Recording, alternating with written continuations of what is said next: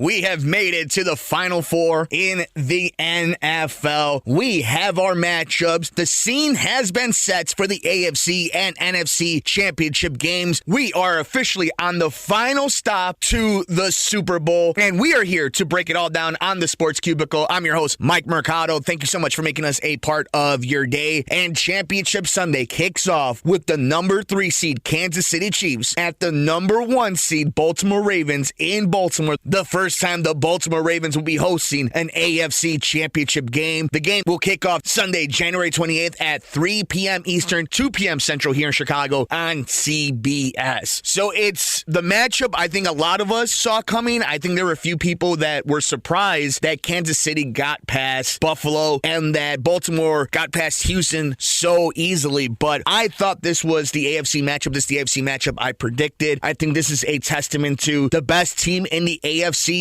in the Baltimore Ravens against the tried and true crown champion, the biggest dog in the yard in the Kansas City Chiefs. If the Ravens are ever going to win another Super Bowl, if Lamar Jackson specifically is going to win his Super Bowl, is going to cement his legacy, is going to define where he belongs in this era, he was going to have to go through Patrick Mahomes. The Baltimore Ravens were going to have to go through Andy Reid and Kansas City. This was always in the stars for anybody who was going to try to make their mark in history. You were going to have to beat the team that's been there, done that, and is guarding their treasure known as the Super Bowl. That is how I see it. That is, they are the dragon in every one of these books, right? They're Smaug in The Hobbit. They're the ones that you have to kill if you want to finish your story. And that's where Baltimore is right now. For Lamar Jackson, it is about legacy. It is about cementing yourself amongst the greats that you are playing alongside right now. And what a lot of people are calling a golden era of quarterbacks in the National Football League. This matchup has so many great names and so many great possibilities and scenarios that we could see play out. But it comes down to this. Can Kansas City work enough magic with limited amount of possessions like they did against Buffalo? If they touch the ball 8 to 9 times in a game, is that enough to put up enough points? And can their defense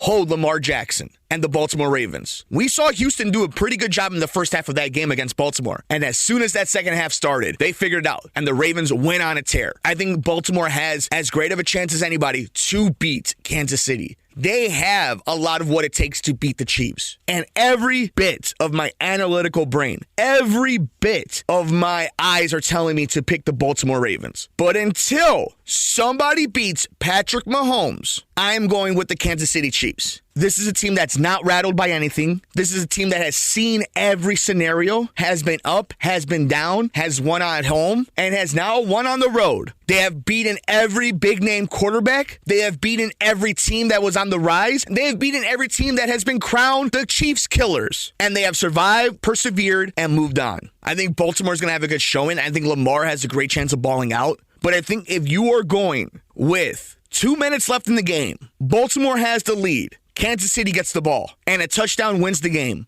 who are you going with in that scenario? Do you trust Baltimore's defense enough to stop Kansas City's offense? Do you trust Baltimore's offense enough to keep Kansas City off the field? More specifically, Patrick Mahomes and Travis Kelce. It takes one mistake, and Kansas City will pounce on it. Baltimore needs to play a damn near perfect game, in my opinion, to beat Kansas City.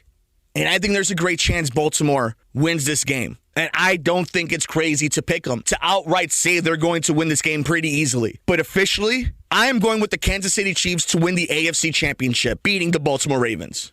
And in the final game before the Super Bowl, it is the NFC Championship game. It is the number 3 seed Detroit Lions at the number 1 seed San Francisco 49ers. This is Sunday night, January 28th at 6:30 p.m. Eastern, 5:30 p.m. Central on Fox. Detroit has kind of taken America's darling. People love Dan Campbell. I think the offense has so many stars. If you're a fantasy football player, if you're somebody who likes to put some money down on these betting apps, there are a lot of guys that you like on both the offensive and defensive side of Detroit. There are a lot of stars. This is a damn good Detroit team. This isn't a flash in the pan. This is a team that has been built properly, has hit on things they had to, and it has gelled very well. And bringing in Jared Goff and him and that offense gelling so well and connecting on those big-time star players that he has as teammates, getting them the ball. That's a big thing too, right? It's easy to have a lot of great superstars. If you can't get him the ball, it means nothing. Jared Goff has done his part. And on the other side is the same thing with the 49ers. Just star after star after star. Great trade after great trade when they were building this thing, more specifically bringing in Christian McCaffrey. Heck, even bringing in Chase Young. And Brock Purdy has done his job. Now, Brock Purdy wanted to give the game away to the Green Bay Packers last week. And I think it was a unbelievable divisional round when you look at both Detroit and San Francisco, because both teams at moments looked like they were going to lose and honestly deserved to lose. And to see how they bounced back, how they did persevere in those moments and gave us the matchup that I think a lot of us wanted to see. I think this is the most fun matchup we could see in the NFC. Either one of these teams winning, people are okay with. The San Francisco 49ers winning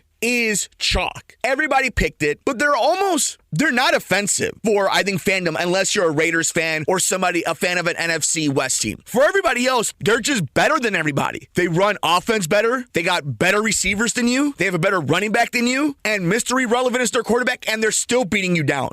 I think there is something commendable to the 49ers, plus them being a legacy. And in Detroit, just this lovable loser. This team, this city that is going through this huge momentum swing and all these great vibes, and they are one win away from the Super Bowl. I would love for Detroit and Baltimore to play each other in a Super Bowl. I would love all those vibes. I think those two fan bases, those two cities going and meeting in Las Vegas for the Super Bowl might be one of the coolest things we will ever see in the National Football League. But I believe that is only a dream. That is nothing more than imagination, because I think San Francisco wins this game in the West Coast, in Santa Monica, in prime time. All the pressure, all the lights. I think both teams are going to play light and loose. I think both teams are going to ball out. But I think at the end of the day, Detroit is going to make one mistake too many comparative to San Francisco. I think San Francisco is a team that can overcome any mistake they make, whether it's at quarterback, at defense, on special teams. They have all the answers to a question you may throw at them. Detroit, maybe they're the baby version of that, with Amon-Ra St. Brown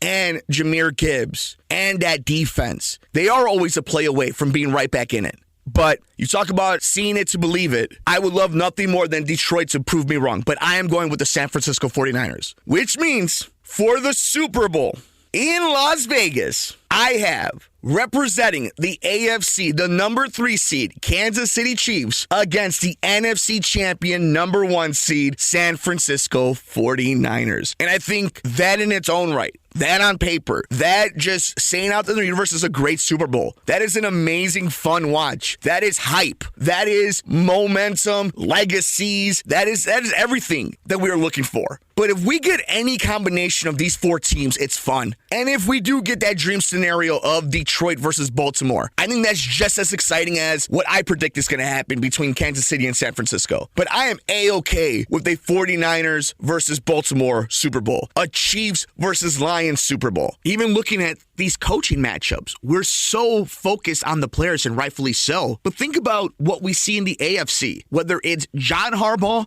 and Andy Reid going up against one another. One of those coaches is going to coach in the Super Bowl. And on the other side, it's Kyle Shanahan or Dan Campbell. You know, the genius of offense in the NFL versus the ultimate players coach, rah-rah, old school dude who has found a way to find his lane in modern day football. This is straight from central casting, from the quarterbacks to the coaches to the front office to the cities themselves.